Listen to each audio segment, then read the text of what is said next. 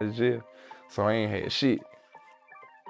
You just got out of jail at the time. Man, I just had got out of jail on my mama. I was staying with my nigga. I was staying with my homeboy. Those words came straight from Wesley Taquan Lewis. The world knows him as Hot Boy Wes. At just 28, this rapper out of Waco, Texas, had the kind of come up every artist dreams about. He landed a major deal with Gucci Mane's 1017 Records, snatched a $100,000 signing bonus, and rocked a diamond chain that screamed success. But everything flipped fast. Just a few years later, instead of living that superstar life, Hot Boy Wes was standing in front of Judge Thomas West in McLennan County, admitting guilt to 10 felony charges. The same man who once celebrated fame and fortune was now facing a brutal 15-year prison sentence. Before that courtroom moment, we gotta rewind to where it all began. The Parkside Apartments in Waco, Texas. That's where the story of Wesley Taquan Lewis, better known as Hot Boy Wes, really kicked off. Born around 1996, Wes came into a world tougher than most could ever picture. His dad had already been locked away, serving almost 15 years, gone since Wes was just a baby. We was in the apartments. I wrote him. I had a car though, and I started hustling and shit. I had got on real fast though. You know what I'm saying?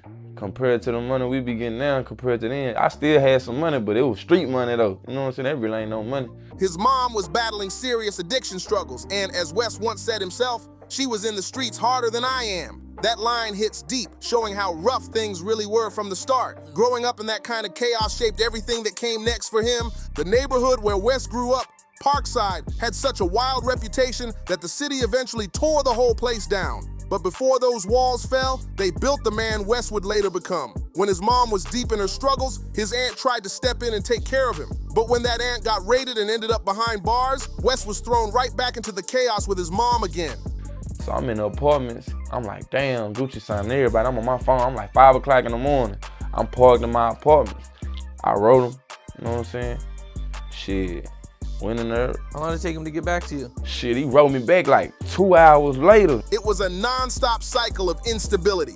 One home to the next, no real peace anywhere. And right in the middle of it all, Wes had 2 little sisters looking up to him, counting on him to hold it together. But life was already spinning out of control. By age 11, Wes had already caught the attention of the law. His first arrest came after he tried to set his family's barn on fire in anger when his mom took his money. Things were breaking apart fast. Wes was deep in the streets of Waco, breaking into houses, stealing cars, and doing whatever he had to just to get by. Survival became his full-time job, and every move he made pulled him deeper into that life. What came next was a cycle that would trap him for years, in and out of juvenile detention, boot camps, different placements, and even church-run homes. There was no stability, just chaos on repeat. By the time he hit 14, things had gone too far. Yeah, my daddy was gone for like 15 years. Oh, wow. They locked him up since, I ain't seen that nigga since like my 4th Christmas.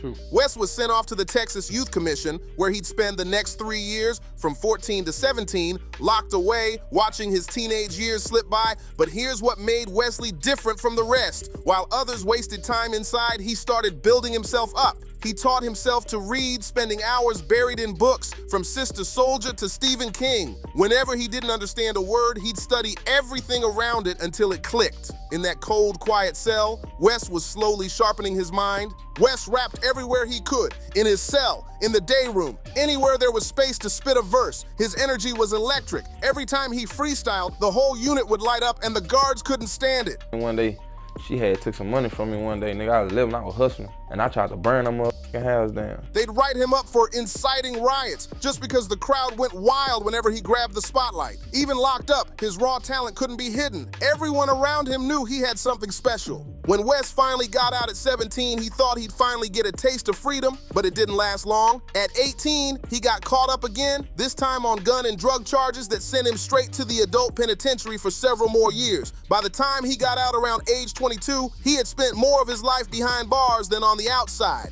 I read Nicholas Sparks, Stephen King, Sister Soldier, Donald Goins, all that.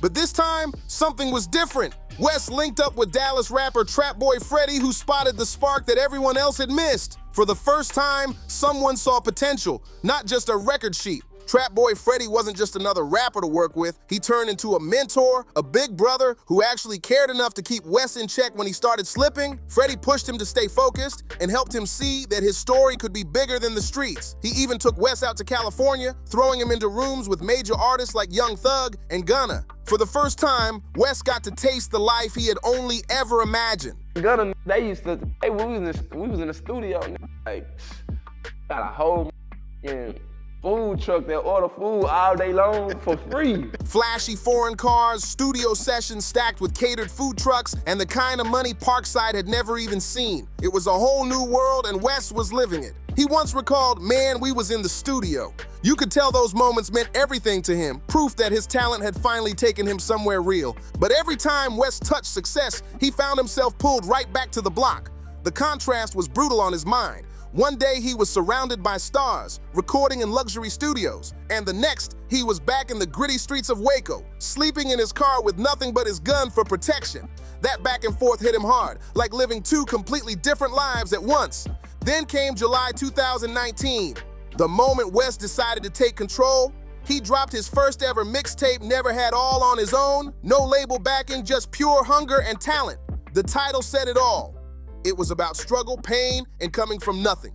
Tracks like I Can't started catching fire, racking up millions of streams online. Fans felt every lyric he spit because it was real. His raw, unfiltered storytelling about survival and street life hit deep with people who lived that same grind. Was rapping and shit, and I had hit him and shit. I had wrote him. On Instagram, I had wrote him, and he signed me. He wrote me back. He signed me. Then came the night that flipped Wes's whole life upside down. The moment that changed everything. It was around 5 in the morning, and Wes was just sitting in his car outside his apartment scrolling through Instagram like any other night. That's when he saw it. Gucci Mane had just signed Big Walk Dog. On pure impulse, Wes shot Gucci a direct message, not expecting a thing. But get this, within just 45 minutes, Gucci Mane himself responded. He'd already heard about Wes through the streets and told him straight up to keep his head clean, stay out of trouble, and wait 1 month before flying out to Miami to officially sign. Wes couldn't believe it. He jumped up and woke his homeboy, hyped about the news. But his friend just laughed, saying, "Man, that's probably a scam," and pulled the covers back over his head. Then suddenly, Wes's phone lit up. Gucci Mane was FaceTiming him directly. That's when it hit him. This was real. His shot had finally come. Only one problem stood in the way. Wes had just gotten out of jail and didn't even have an ID yet. No ID meant no flight to Miami. So backed into a corner but determined to chase his dream, Wes decided he was gonna find a way. He gave me my chain. When he gave me that chain, it was up. Then he backdoored and gave me a roller. No matter what it took, Wes didn't wait around. He hit the road himself. He drove straight from Texas all the way to Miami, nearly 20 hours behind the wheel, chasing a dream that could finally pull him out of the life that had been dragging him down for years. That record deal meant $100,000 in his pocket and a real shot at freedom, not just from the streets, but from everything that came with them. When Wesley finally rolled into Miami, Gucci Mane was already there waiting. And he didn't just hand Wes a contract. Nah, they went big. That same day, they shot a music video, officially welcoming him to Gucci's 1017 roster alongside names like Big Scar, Fujiano, and 4AM. Not long after, his single My Lil Dance featuring Gucci Mane dropped, debuting at number 13 on YouTube Music and pulling in over 1 million views in its first week. Wes had finally made it. But remember what I said earlier. Wes had just gotten out of jail before all this happened, and those legal problems weren't gone. In fact, things were about to get way worse. And when you hear what that $100,000 signing bonus really looked like, you'll see why his success came with a heavy price tag. Hey, yo, nigga, I signed for 100K. I had signed for 100K, nigga. I went dead broke. K ain't no money. I'm a street nigga. Got 5 first-degree felonies, lawyer fees, a car. A nigga ain't never had none. You got, let's say, roughly 30,000 to play with. With 5 first-degree felonies already hanging over him, Wes was drowning in legal bills before he could even celebrate his big break. Between paying off lawyers, buying a car just to get around, and trying to take care of his family, that $100,000 signing bonus started disappearing fast. And what little was left, it got burned through before he even realized it. OG Percy, a respected veteran in the Texas rap game, spoke out about Wes's situation with real disappointment and frustration. He hated seeing another talented artist get caught up like that. But the truth was, Wes wasn't just wasting money, he was still tied to the same streets that had raised him, and those streets, they don't let go easy. No matter how far you climb, they always find a way to pull you right back down. Yeah, that music shit fire though, I ain't gonna lie. I wish I would've took this shit serious way before I started just thugging, doing all that time and shit though. I'd probably be way farther than that.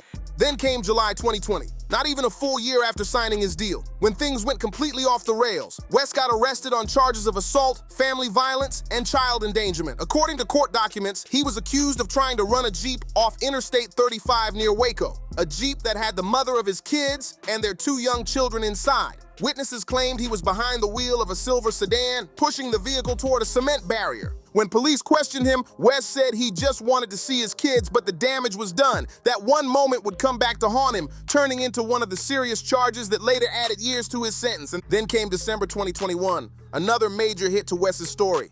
According to court reports, he had set up a deal to sell a Rolex for $9,000, but things went sideways fast. Instead of handing over the watch, he allegedly took the cash and dipped.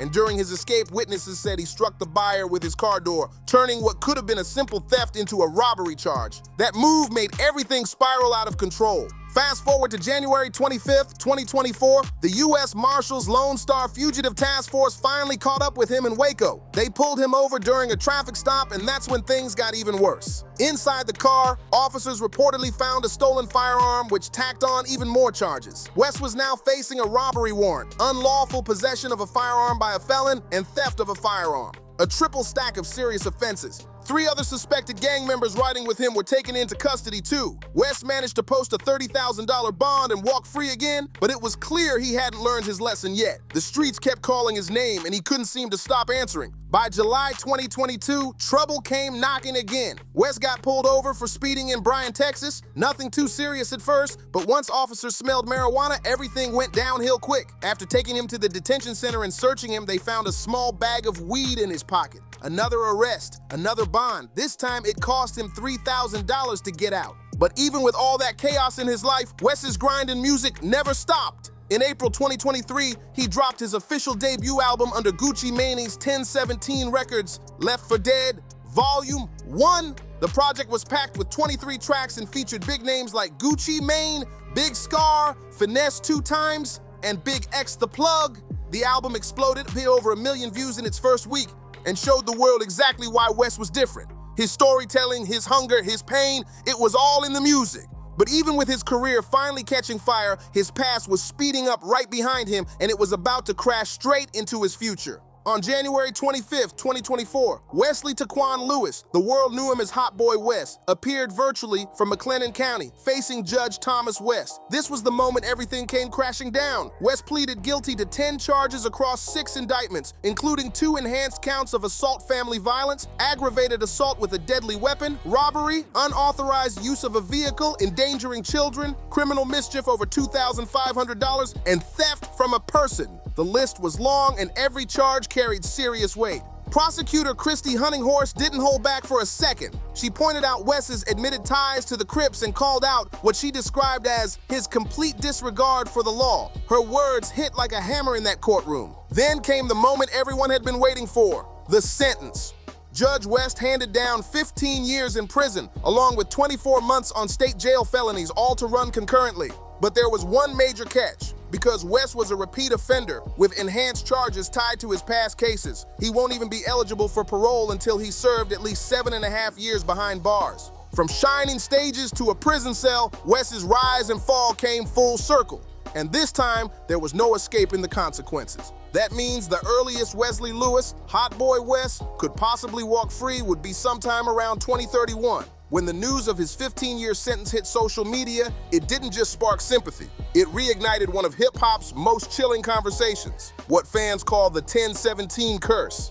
To understand why people believe in it, you gotta look at the man behind it all, Radrick Delantic Davis, better known as Gucci Mane. He's the founder of 1017 Brick Squad Records, launched back in 2007, but before he was out here signing rappers, giving away diamond chains, and building one of the most talked about labels in trap music, Gucci was living that same dangerous life that would later pull so many of his own artists down. See, in 2005, Gucci Mane's name made national headlines after a deadly shooting. Reports say a group of men, allegedly connected to rapper Young Jeezy, tried to rob Gucci at a home in Decatur, Georgia. During the confrontation, Gucci fired back. One man was killed. The case was later dismissed as self-defense, but that moment forever changed how people saw him.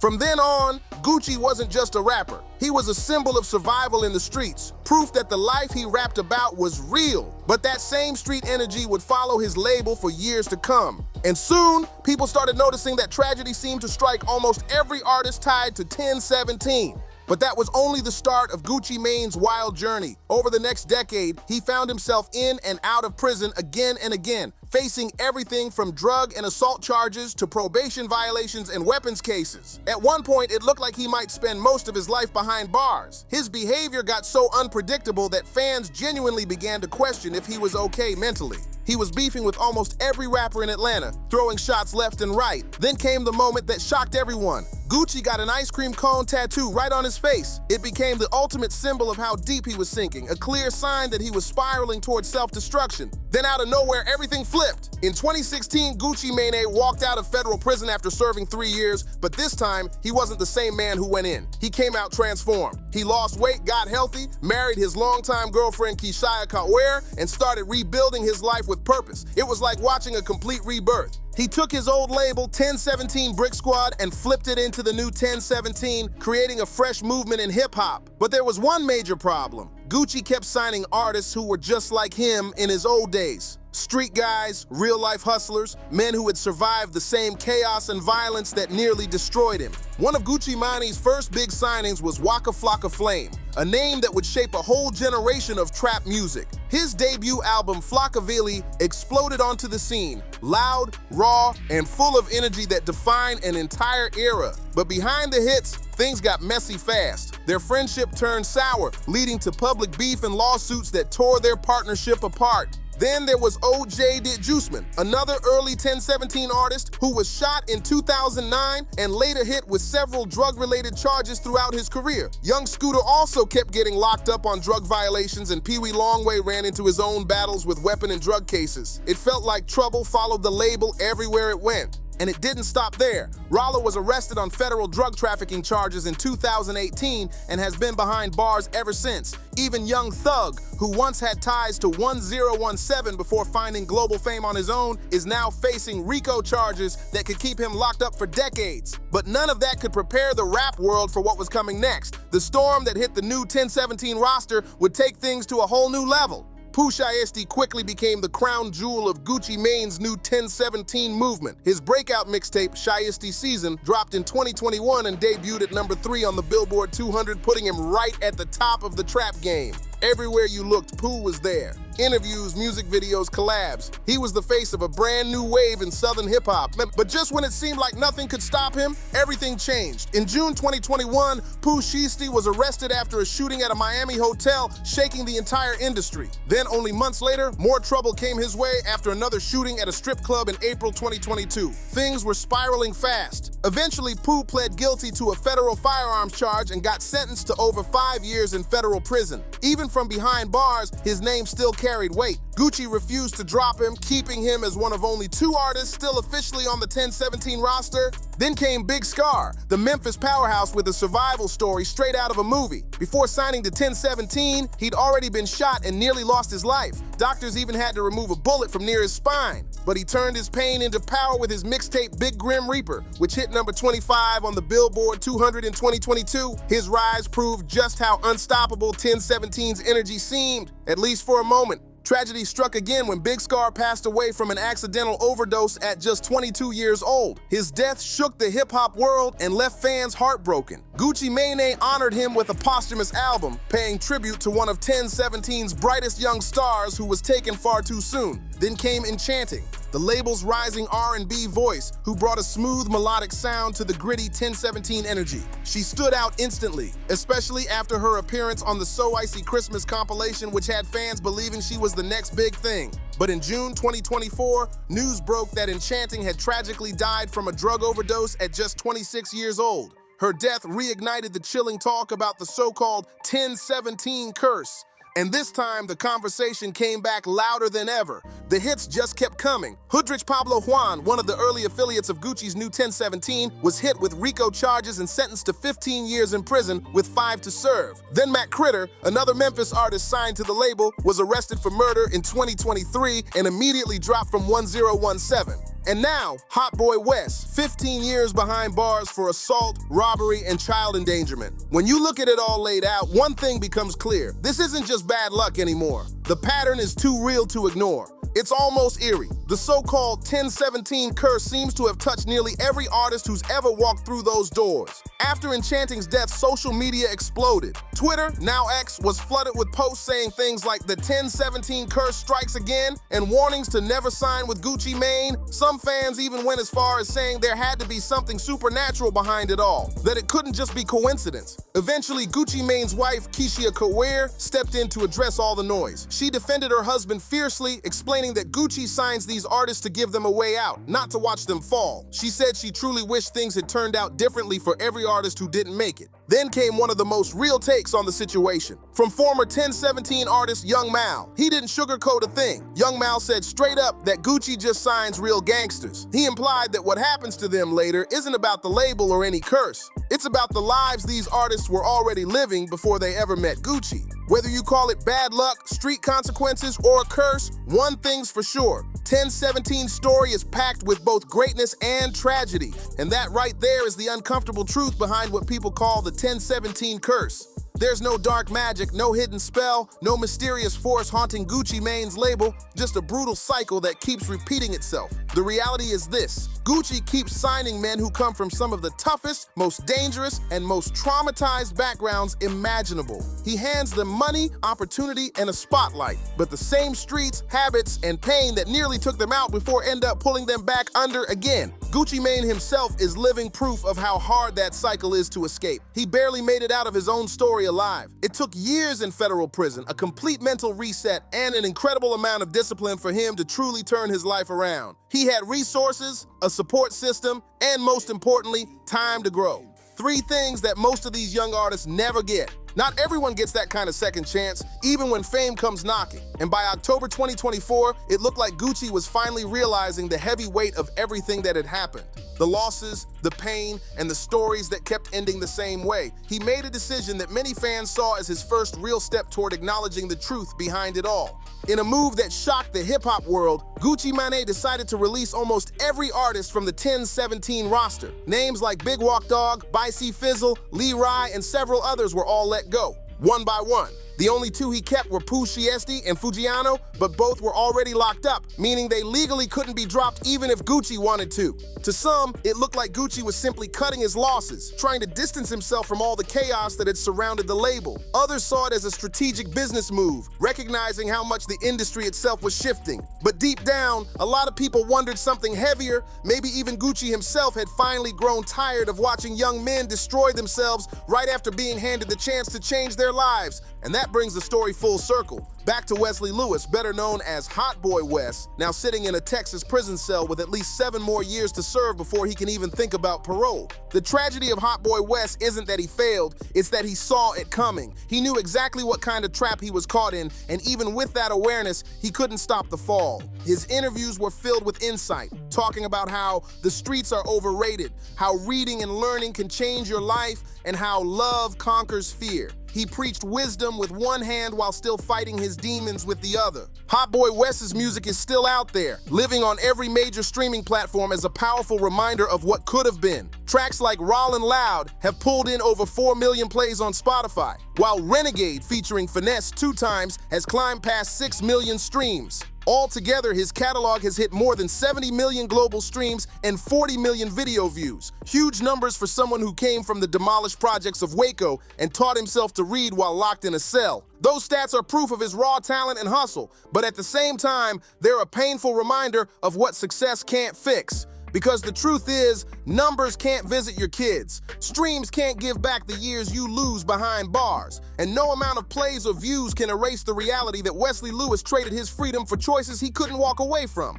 His story hits hard because it's real, and it carries a warning for every young artist chasing the spotlight from the same kind of struggle. The record deal isn't the finish line, it's just the start. And what you do after you sign determines whether you rise or fall the same way Wes did. The truth is simple. The check isn't the escape. No matter how far you make it, the streets you came from will always be there, waiting to pull you back the second you lose focus. That's the harsh reality so many artists learn too late. But what do you think? Does the 10-17 curse really exist, or is it just the same cycle repeating itself over and over again? Drop your thoughts down below. I want to hear what you have to say. If you made it this far, make sure to like, share, and subscribe to the channel so you don't miss the next deep dive. Hit that bell, leave a comment, and click one of the videos on your screen right now. We've got plenty more stories just as wild as this one. See you in the next one.